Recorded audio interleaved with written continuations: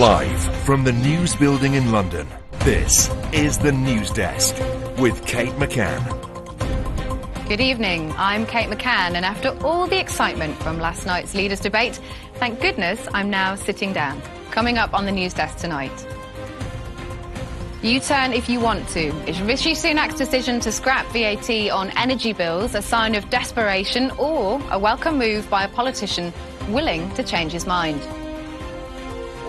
We're not loving it. Say goodbye to a cheeseburger for under £1 as McDonald's becomes just the latest high street name to supersize their prices.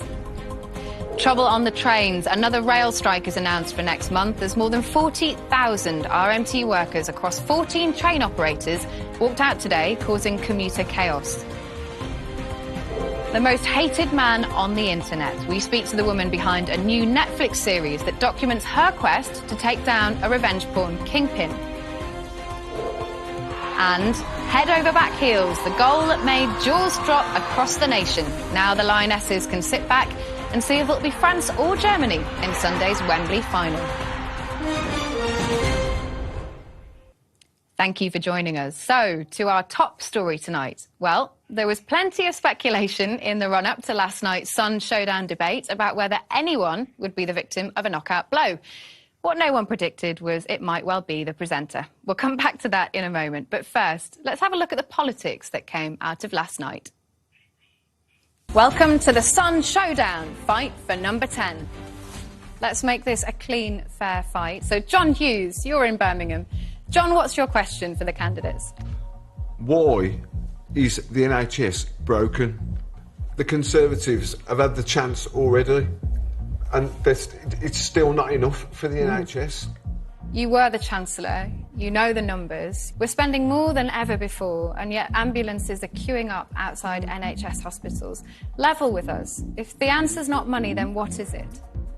Well, the answer has got to be that we need to do things differently. And we need to do things differently so that people get better treatment quicker. So I think if we use all these different new innovations, which is part of my plan to tackle the backlogs, and that's what this NHS and social care levy that I've put in place, which lots of people now say that they want to scrap, that's what it's funding. But that's barely covering the cost right now, and you're talking about innovation. Liz Truss, you have said that you want to scrap the national insurance increase. So where will extra money come from for the NHS?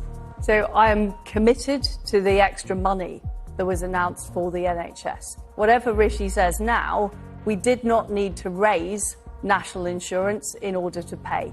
We did have that money available in the budget. It was a choice to break our manifesto commitment and raise national insurance. Gemma, what's your question for the candidates? I'm thinking, should we turn to vegetarian?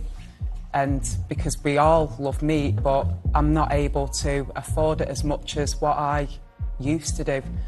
I do think it is morally wrong at this moment when families are struggling to pay for their food that we have put up taxes on ordinary people when we said we wouldn't in our manifesto. I think what's morally wrong is asking our children and grandchildren to pick up the tab for the bills that we're not prepared to meet. And I think it's entirely reasonable to ask the largest companies to pay a bit more. I am not talking about cutting corporation tax.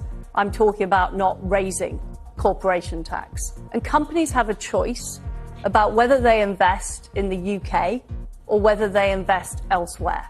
Rishi's policies are making us less competitive. Do you actually have the guts to stand up to Putin this winter when he turns off all the gas pipes to Europe? Part of us standing up to Putin is all of us as a country recognising what that's going to do to our energy bills and having the resolve to get through that, supporting people as we go. The cost of not doing anything to stand up to Vladimir Putin is immense.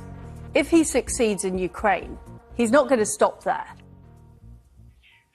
Let's turn to our panel now, and I'm joined by The Sun's Deputy Political Editor, Kate Ferguson, Deputy Editor of Conservative Home, Henry Hill, and former Number 10 Deputy Head of Policy, Will Tanner. Lovely to have you with me this evening. Kate Ferguson, let's start with you. What was your main takeaway from the debate last night? Well, I think there's plenty to get stuck into about last night's debate. But before we do that, Kate, I wondered how are you feeling today? A little embarrassed, a little bit bruised, but glad to be back and totally fine. Good to see you. Good to have you back, isn't it? Yeah, not necessarily what any of us expected to happen last night, I don't think. And yeah, it was one of those moments that I think no one can really prepare for. And both, I think Liz Truss and Rishi Sunak were pretty shocked by it. So yeah.